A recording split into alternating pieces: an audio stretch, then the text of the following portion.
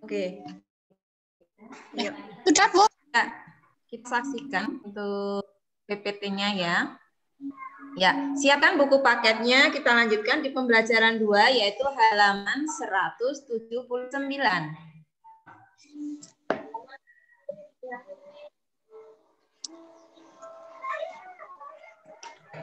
Halaman berapa? 179 anak-anak.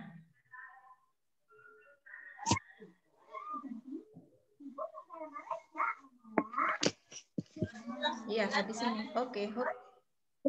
Liburan naik.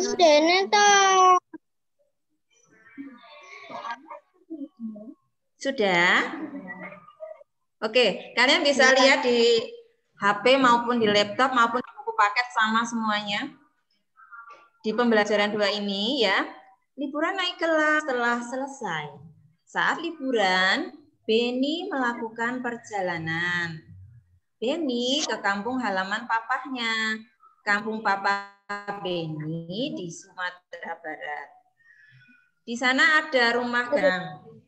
Beni bertemu di rumah gadang tersebut ya.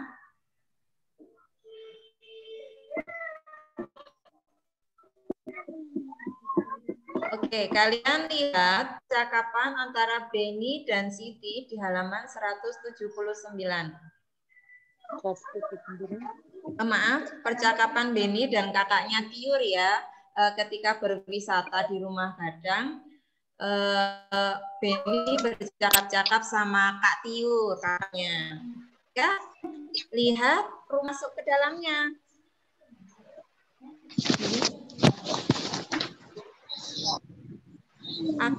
Kakak menjawab, aku dan kamu tidak boleh mengambil keputusan sendiri. Sebaiknya katakan dulu kepada Papa. Ya. Coba anak-anakku, kira-kira apa yang disampaikan Tiur, kakak Beni kepada Beni? Ya, apa yang disampaikan? Kak Tiur memberitahu kepada Beni bahwa tidak boleh mengambil keputusan sendiri. Kalau mau masuk ke rumah gadang, harus tanya atau bicara dulu sama ayah dan ibunya. Begitu ya. Terus sikap apakah yang dilakukan? Nah, sikap yang dilakukan adalah dulu membicarakan dulu atau istilahnya memusyawarahkan dulu bersama ayah dan ibunya. Nah, kira-kira perbuatan seperti ini atau sikap seperti ini sesuai dengan sila keberapa anak-anak? Sila Pancasila, ya, bermusyawarah itu sesuai dengan sila berapa? Sila ke? Ada yang bisa jawab? Betul. Sila keempat. Apakah kalian masih ingat ini sila keempat? Kerakyatan yang dipimpin oleh hikmat kebijaksanaan dalam permusyawaratan perwakilan. Nah, coba kalian lihat di buku paket kalian halaman 180. Nah, di sana ada gambar nomor 1 sampai nomor 7 ya. Seperti Beni tadi bahwa kamu tidak boleh mengambil keputusan sendiri. Ketika kamu pergi bersama seperti tamasya bersama begitu, tidak boleh mengambil keputusan sendiri-sendiri tetapi harus dibicarakan atau dimusyawarahkan. Nah, gambar di halaman 180 sampai 181 itu coba kalian persiapkan ballpoint-nya. Berikan tanda centang pada gambar yang sesuai dengan sila keempat Pancasila. Nah, kira-kira gambar yang mana saja ya? Coba kita lihat gambar nomor 1. Nah, Nomor 1 berarti. oh, disesuaikan enggak? Itu ini ayah ya sama tokoh setempat itu sedang apa anak-anak, gambarnya itu di halaman 180 nomor 1. Sedang berdiskusi atau bermusyawarah. Itu sesuai dengan sila keempat Pancasila. Coba kalian beri tanda centang ya.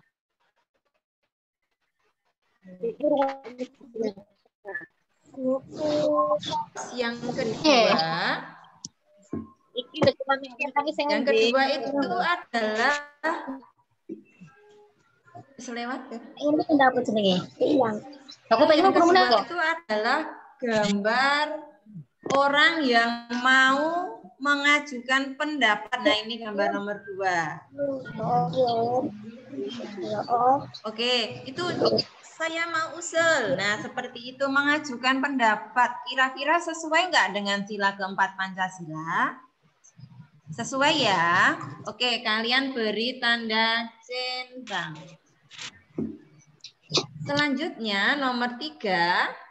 Tuh ayah Beni juga menyampaikan pendapat. Kalau mau menyampaikan pendapat dengan pakai tangan kanan menunjukkan pakai jari begitu ya, usul begitu.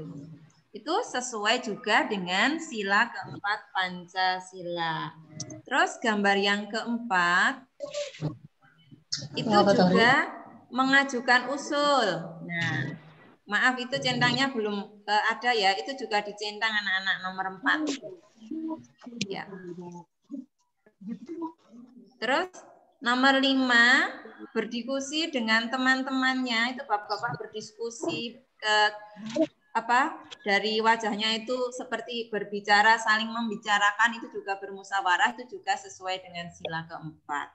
Terus gambar yang keenam, lanjut Bu Widuri. Ya, gambar yang keenam ini juga sesuai dengan sila keempat Pancasila. Coba kalau yang nomor 7. Nomor 7 itu gambar apa anak-anak? Itu saling marah, mau menang sendiri. Dari sikap badannya itu bisa baca ya anak-anakku bahwa itu istilahnya memaksakan kehendak seperti itu. Nah, itu tidak sesuai dengan sila keempat Pancasila. Jadi yang nomor 7 tidak perlu dicentang, itu tidak sesuai. Oke, selanjutnya Bu Widuri. Ini sore.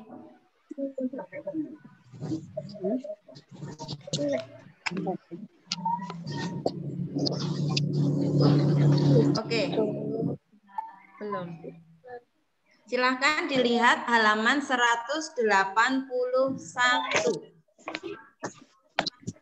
Oke. Beni tidak mengambil keputusan sendiri ketika Beni menentukan ketua kelompok diskusi. Jadi di gambar ini bisa kalian lihat Beni dan kawan-kawannya sedang berdiskusi atau bermusyawarah menentukan ketua kelompok. Nah, perbuatan ini juga sesuai dengan sila keempat Pancasila. Kalian buka halaman 182.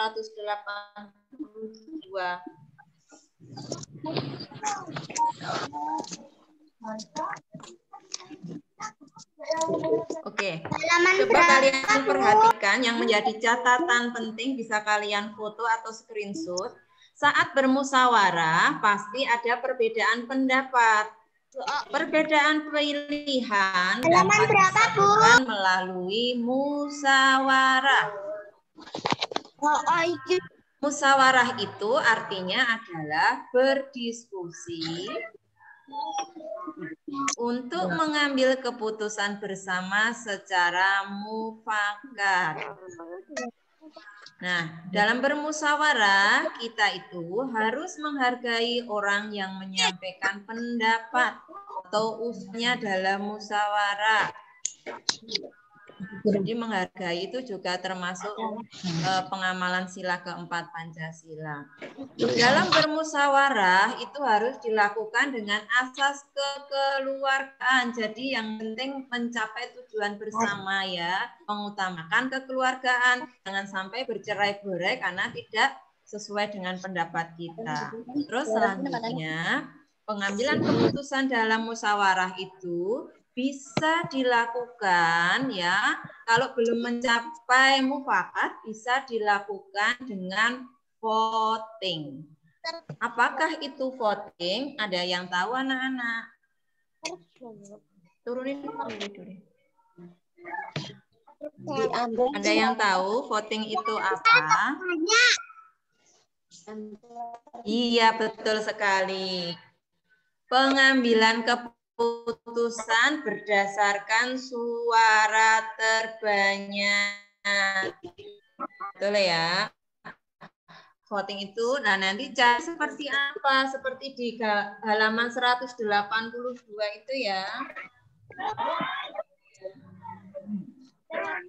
Maaf, sebelum sampai ke halaman 182, Bu Guru simpulkan untuk contoh penerapan sila keempat Pancasila di tempat wisata, ya itu ada 3. 1, bisa kalian screenshot nanti dicatat di buku tulis kalian. Musyawarah memilih tempat wisata yang dikunjungi. Jadi kalau satu kelas mau piknik kemana gitu, bermusyawarah itu sesuai dengan sila keempat. Terus yang kedua, musyawarah memilih tempat membeli oleh-oleh. Nah, setelah berwisata mau beli oleh-oleh di mana dibicarakan. Oh, tidak boleh sakarpe dewe-dewe. Terus yang ketiga, mendengarkan pendapat teman saat bermusyawarah juga termasuk contoh penerapan sila keempat Pancasila di tempat wisata. Oke, yang digarisbawahi ini ya. Lanjut, Bu Win.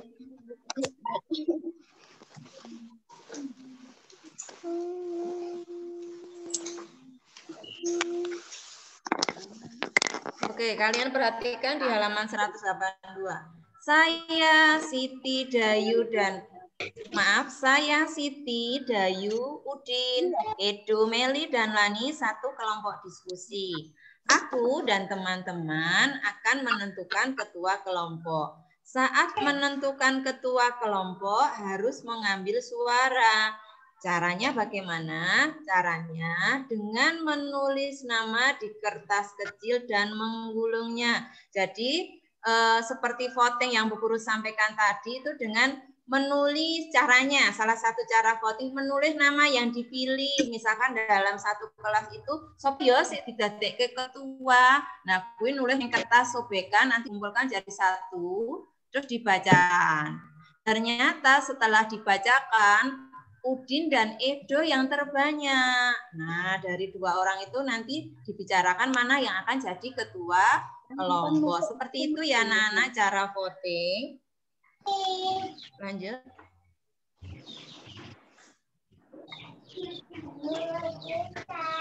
Nah, coba kalian perhatikan. Tadi, Bu, sesampainya di Padang, Deni singgah di air terjun Lubuak Tempuruang. Air terjun Lubuak Tempuruang itu unik, seperti batok kelapa yang dibelah. Masih banyak terdapat air terjun di Sumatera Barat. Adakah air terjun di tempat tinggalmu? Ada yang pernah berwisata ke air terjun? Mungkin yang dekat kita mana ya? Tawangmangu itu ada air terjun ya, itu masih Jawa Tengah. Adakah tempat wisata di daerahmu? Nah, di sana Beni berwisata sambil bernyanyi tentang air terjun. Nah, di sini Bu Guru tidak akan mengajak kalian bernyanyi, tetapi Bu Guru mau lagu air terjun dirubah menjadi puisi. Coba kalian buka halaman 184. Ya, kita mau membaca puisi bersama-sama dengan judul Air Terjun. Coba disimak. Air terjun. Dari jauh bunyi berderu-deru. Umpama angin yang bertiup kencang. Rupanya air yang terjun tinggi, melompat-lompat dengan tak berhenti. Itulah air terjun namanya.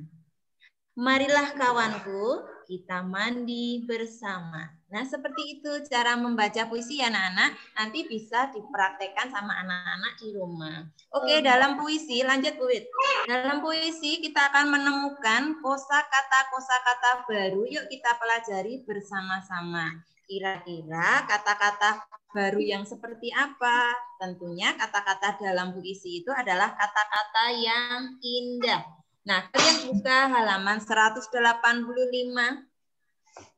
Di sana ada beberapa kata indah yang perlu kita cari maknanya. Yang pertama adalah jauh, ya, di halaman 185.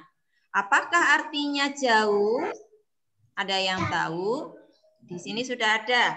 Kalian lihat di laptop atau HP kalian, jauh itu adalah artinya tidak dekat, ya. Oh, rumah nenekku jauh. Berarti dari rumahmu itu perlu waktu untuk mencapainya. Untuk ke sana itu perlu waktu, itu berarti jauh. Terus yang kedua, deru. Ya. Apakah arti deru?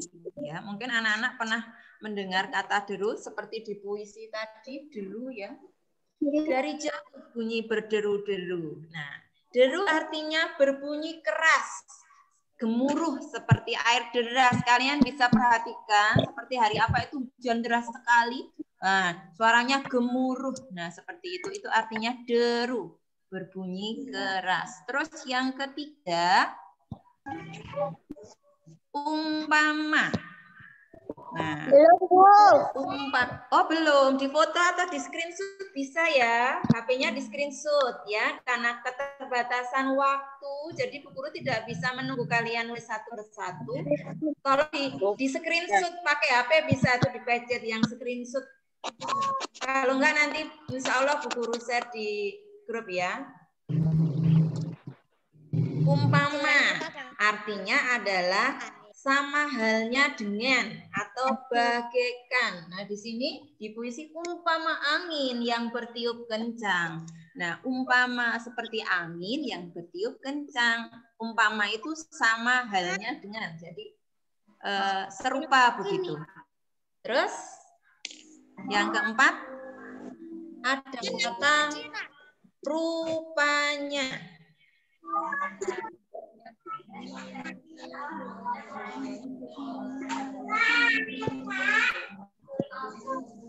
Apakah arti rupanya? Oke, rupanya itu kelihatannya atau tampaknya. Nah, di situ rupanya air yang terjun tinggi. Oh, kelihatannya yang terjun, air terjunnya itu tinggi. Rupanya itu artinya tampaknya atau kelihatannya begitu. Lanjut, nomor 5. Terjun. Terjun itu artinya, oh pernah dengar terjun payung. Nah, apa ya arti terjun? Melompat turun dari atas ke bawah, itu artinya terjun. Nah, di sini di puisi itu rupanya air yang terjun tinggi, jadi melompat ke bawah atau melompat turun, itu artinya melompat turun artinya terjun itu ke bawah. Lanjut.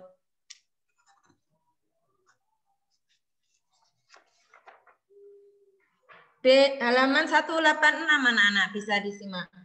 Beni singgah di Kampung Siti. Anak-anak di Kampung Siti sedang main kelereng. Beni ikut bermain kelereng. Beni menang saat main kelereng. Beni sangat senang. Beni melompat. Beni juga berlari sambil melayang. Apakah kalian tahu bagaimana gerakan melayang? Nah, coba kalian perhatikan dari halaman 186 sampai 187 di buku paket, itu adalah contoh gerakan melayang. Gerakan melayang itu adalah gerakan ketika badan itu kakinya tidak menyentuh tanah atau berada di udara ya. Kalau besok ada pertanyaan, apakah arti gerak melayang? Artinya adalah gerakan saat badan atau kaki kita berada di udara atau tidak menyentuh tanah. Nah, gerakannya seperti apa? Yuk lihat nomor 1, halaman 186.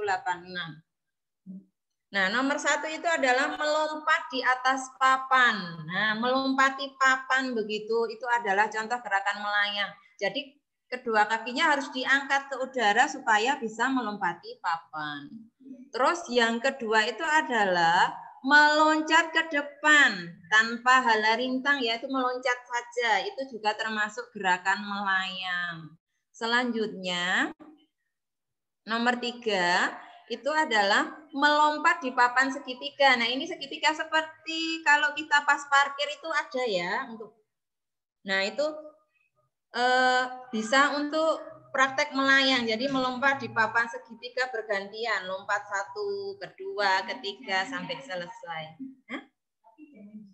Tapi jangan di jalan ya, pesennya Bu Widuri. Tentunya pakai segitiga papan gitu, tapi tidak boleh di jalan, boleh diganti batu, boleh. Terus yang keempat adalah lompat kata. Nah, anak-anak menirukan gerakan kata, lompat seperti itu juga termasuk gerakan melayang karena kakinya tidak menyentuh tanah. Ya, itu ya anak-anak, ada 4 gerakan nanti untuk tugas. Nah, itu untuk pembelajaran 2 kalian perhatikan. Ya, untuk tugasnya, monggo nanti bisa menyesuaikan kelas 2B dan 2U. Untuk kelas 2A, setiap muatan Bu Guru kasih tugas ya untuk PPKN. Silahkan nanti yang hasil screenshot-nya bisa kalian kerjakan halaman 180 sampai 81. Nah, untuk muatan bahasa Indonesia itu halaman 185 sampai 186. Ini cuma mengulangi saja supaya anak-anak nanti benar-benar paham. Terus untuk muatan matematika itu halaman 191 sampai 192. Nah, untuk PJOK seperti biasa, anak-anak nanti bisa mempraktekkan gerakan melayang yang ada 4. Bisa diganti, tidak harus sesuai yang di situ. Misalkan nggak ada papan, bisa diganti batu. Atau mungkin dingklek, atau apa aja monggo disesuaikan yang punya di rumah. Nanti difoto, pakai baju olahraga, dikirim sama Bu Guru. Nah, selanjutnya untuk muatan SBDP, untuk kelas 2A atau yang kelas 2B, 2U menyesuaikan, nanti sesuai Bu Guru saja yang di WA, nanti membuat pot bunga. Nah, gampang aja. Dari apa Bu Guru? Dari botol minuman bekas, misalkan aqua, begitu ya. Nanti dibuat, kalian hiasi, terus ditanduri atau ditanami bunga-bunga. Terserah bunga apa aja boleh. Jangan lupa bawah botol dibolong ya, dilubangi supaya nanti ada sirkulasi udaranya. Jadi potnya juga bisa digunakan seterusnya. Nanti nggak dilubangi nanti bisa mati tumbuhannya. Nah, sebagai tambahan ya anak-anak silakan kerjakan LKS halaman 97 ya. Pembelajaran 2 itu untuk latihan cuman ABCD saja, gampang. Jadi tadi yang diajarkan Bu Guru apakah masih kalian ingat? Nah, itu dikerjakan. Oke, itu aja anak-anakku untuk pembelajaran kedua. Kita teruskan ke pembelajaran 3 bersama Bu Widuri. Waktu dan tempat kami serahkan Bu Widuri, monggo. Ya. Halo, assalamualaikum. Anakku kelas 2 ya. Sebentar, Bu Guru atur dulu ya. Ibu ini waktunya 2 menit aja ini berarti ya. Ya. Ya. Halo, assalamualaikum anak-anakku semuanya, sehat-sehat ya. Kita lanjutkan belajarnya. Siapkan buku paketnya. Coba sekarang semuanya. Mana semangatmu? Ini semangatku. Ya. Semangat ya anak-anak ya. Ini semangatku. Suaraku emang nggak ada? Udah. Nah, pembelajaran 3 ya anak-anak. Halaman berapa ya? Halaman 188. Coba dipersiapkan dulu. Halaman 188. Sudah? Nah, coba kita baca sama-sama ya, tetapi tidak usah dinyalakan mikrofonnya. Dibaca sendiri saja, yuk. Beni bersama keluarga pernah berwisata. Anak-anakku juga pernah ya berwisata ya. Bisa ke pantai, ke gunung, dan lain-lain. Nah, ini Beni sedang berwisata ke Pulau Komodo, anak-anak. Sudah pernah ke sana? Jauh ya. Ya, di Nusa Tenggara Timur, Pulau Komodo berada di Kabupaten Manggarai Barat. Kabupaten tersebut berada di Provinsi Nusa Tenggara Timur. Di sana terdapat banyak komodo. Komodo pemakan daging seperti daging kambing atau unggas. Komodo ya anak-anak, bukan kodomo. Kayaknya sering terbalik ya anak-anak ya. Oh, Bu Guru, bukan anak-anak. Selanjutnya halaman 188. Nah, ini adalah pintu masuk atau gapura masuk Pulau Komodo. Nah, yang berwarna abu-abu ini adalah komodonya. Di samping kanannya komodo sedang ini tidak tidur ya komodonya, tetapi sedang memakan kambing. Ya, yang coklat ini adalah kambing. Selanjutnya perhatikan gambar di atas, kemudian buatlah pertanyaan. Anak-anakku sudah bisa membuat pertanyaan sendiri. Bisa semua, alhamdulillah. Bu Guru contohkan ya, tidak harus sama dengan Bu Widuri. Tetapi kalau sama dengan Bu Widuri, silahkan ditulis dengan cepat. Nah, anak-anakku kelas 2 harus menulisnya dengan cepat dan rapi. Nah, pertanyaannya, apakah makanan komodo? Ayo, apa tadi makanan komodo? Makanan komodo adalah daging kambing atau unggas. Betul sekali. Bagus. Ya, sudah ditulis anak-anak. Tulisnya agak cepat sedikit ya.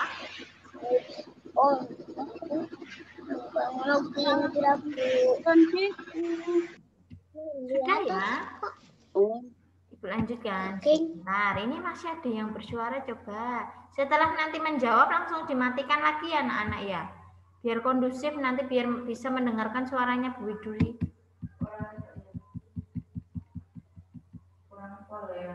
Apanya? Iya Kak. Selanjutnya Nana, halaman 100, 10 menit lagi Bu Guru mati. Berarti Bu Guru punya waktu 10 menit ya. Pakai halaman 189 anak-anak. Di sini ada lirik lagu Desaku. Nah, pasti anak-anak semuanya sudah tahu ya. Lagu Desaku nanti anak-anak bisa bernyanyi loh. Bernyanyi Desaku yang Kucinta ya. Bisa ya? Atau kita nyanyikan bersama. Tapi waktunya tidak cukup. Ya, boleh dibuka yuk. Dibuka yuk. Mikrofonnya ya agak jauh. Hanya dibuka mana. Yuk kita nyanyi bersama-sama. Ya.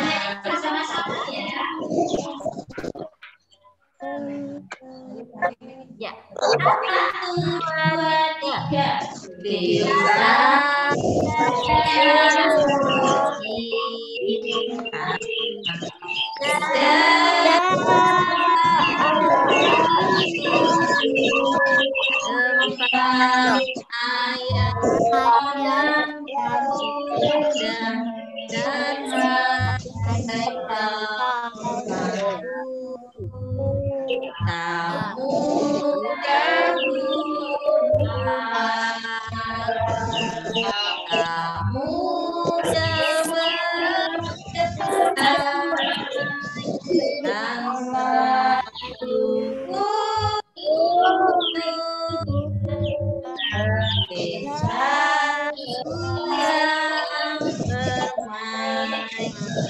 Semuanya suaranya bagus, semuanya pintar jadi penyanyi loh.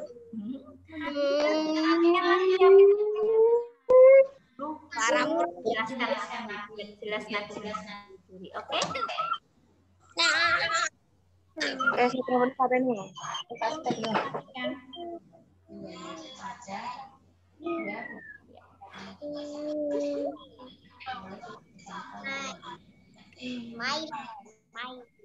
Ini siapa yang main coret-coret ini?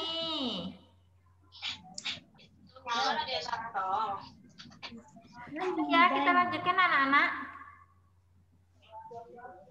Selanjutnya. Nah, selain jadi lagu, selain dinyanyikan, lirik lagu di atas juga bisa dibaca menjadi puisi loh anak-anak. Nanti di rumah bisa mencobanya ya. Mencoba mempraktekannya, membaca puisi tentang Desaku yang Kucinta. Selanjutnya, nah setelah kalian membaca ya, nanti kalian bisa memberikan pendapat. Nah, ini pendapat ini bisa disampaikan oleh orang tua kalian. Misalnya Ananda, Mbak Alia Nabila sedang membaca puisi di depan orang tua, ya. Nanti ayah bunda suruh memberikan pendapatnya bagaimana. Contoh pendapatnya seperti ini. Menurut pendapatku, lafal dalam membaca puisi Mbak Ayah sudah tepat, intonasi atau tinggi rendahnya nada sudah bagus, tetapi ekspresinya kurang gembira. Seperti itu ya anak-anak. Kita lanjutkan. Nah, halaman 190 anak-anak, siapkan pensilnya. Kita akan membuat garis mencari kata-kata. Loh, kok ini ya? Oh ya, sebentar. Nah, harusnya sini dulu ya. Yang ini dulu ya. Buku pakannya Bu Mini. Yang maknanya atau yang teka-teki dulu? Maknanya dulu ya anak-anak, yang ini dulu ya. Yang maknanya dulu. Yuk kita kalian tulis anak-anak. Ini desa ini agak panjang sedikit. Desa itu maknanya. Ini Bu Guru mencari artinya. Makna itu apa? Makna itu arti ya anak-anak. Ini Bu Guru mencari di Kamus Bahasa Indonesia. Artinya desa itu udik atau dusun. Atau bisa juga kelompok rumah di luar kota yang merupakan kesatuan. Jadi di luar kota ya, kalau kalian anak-anak tahu kota itu mana yang biasa disebut kota itu mana? DKI Jakarta, betul. Kalau kita termasuk kota enggak ya? Desa ya anak-anak ya. Sudah nomor 1. Ya. Pujaan, yaitu sesuatu yang dipuja-puja. Iya. Sesuatu yang dipuji ya. Dipuja. Boleh. Lalu handai. Handai itu artinya sama dengan taulan, yaitu teman atau sahabat. Ya, anak-anak ya. Sama artinya. Selanjutnya yang terakhir permai. Permai itu elok atau indah atau bagus. Ya, bisa. Sudah ya anak-anak ya?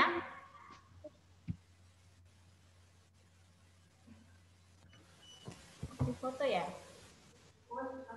Udah kamu foto? Ya. Nanti Bu Guru kirim fotonya anak-anak. Yang belum selesai ya. Selanjutnya yang ini. Kalian mencari taulan. Kalian garis yang pertama yaitu taulan. Nah, TAULAN ini. Selanjutnya pujaannya kebalik ya. Jalannya dari kanan dulu ke kiri, enggak apa-apa. Terus handai dari atas ke bawah. Satu lagi permai. Sudah difoto Bu Mini? Sudah. Sudah anak-anak? Ya, dikirim di grup. Nanti dikirim di grup ya, karena waktunya nanti tidak cukup. Selanjutnya masih 3 menit. Ini sudah kan? Ini sudah. Selanjutnya ini kalian nanti membuat puisi sendiri. Boleh ini juga difoto Bu Mini. Ini contoh membuat puisi. Nah, puisi judulnya Komodo. Selanjutnya matematika ya nak, halaman 191 dan 192. Bu Guru beri contoh nomor 1, cara mengerjakannya. Nanti nomor 2, 3, dan 4 anak-anak kerjakan sendiri di buku tulis.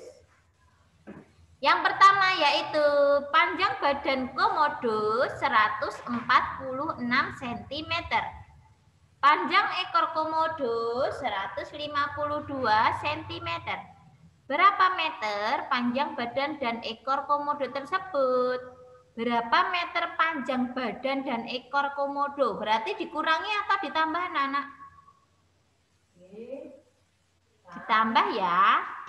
Nah, berarti ukuran badan dan ukuran ekor kalian jumlah. Nah, diketahui panjang badan komodo sekian, panjang ekor komodo sekian. Lalu yang ditanyakan adalah panjang badan dan ekor komodo. Nah, perlu kalian ingat bahwa 1 cm itu sama dengan 1 dibagi 100. Kenapa kok dibagi, Bu? Karena sentimeter ke meter itu naik atau turun? Ayo. Naik. 200. Naiknya 2, maka dibagi 100. Jadi 1 cm sama dengan 0,01 meter. Lalu dijawab. Nah, panjang badan ditambah panjang ekor berarti 146 cm ditambah 152 cm sama dengan 296 cm. Ya. Lalu dijadikan meter anak-anak. Berarti 296 dibagi 298 dibagi 100. Jawabannya adalah 298 meter. 2,98 meter. Itu ya anak-anak, sudah dibuat tuh Bu Mini? Nah, selanjutnya 193 anak-anak di buku paket kalian. Ini Beni membuat prakarya dari kain flanel, tetapi tidak diisi ini anak-anak, cuma ditempel saja. Jadi cuma selembar saja, nanti ditempel-tempel seperti itu. Nanti jika ada waktu, kalian bisa membuat ini ya, tetapi untuk sementara ini dipending dulu. Jadi tugas untuk membuat kain flanel ditunda, nanti membuat pot aja. Nah, sebentar lagi mau mati anak-anak, kalian siapkan kertas fotokopian ke Muhammadian. Waktunya sudah tepat ini. Sebentar lagi kalian akan bergabung dengan Bu Eri. Bu Guru akhiri ya. Dadah sayang.